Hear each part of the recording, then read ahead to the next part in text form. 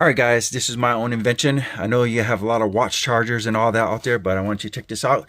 So I did go to Hobby Lobby and I brought this right here, for the jewelry where you got your bracelet and necklaces. I brought this one here. Don't mind all the cat hair. This freaking cat hair. And then what I did is I put it kind of like a solid piece of stick through here to make it more sturdy. And then I got the slow watch charger right here because sometimes you don't want to overcharge it too fast. This is my old one, my slow one, and this is my fast watch charger.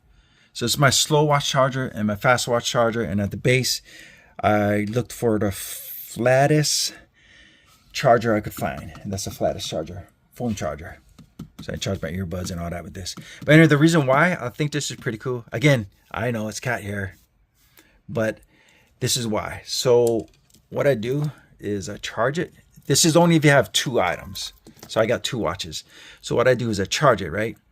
Now, after I charge it, this is metal, so I don't want to scratch the bottom, the sensors, because if you do, it's not going to be accurate anymore. That's why I wanted this part extra thick. So what I do is when I'm done charging it, bam, just like that. Just let it sit when you're done charging it.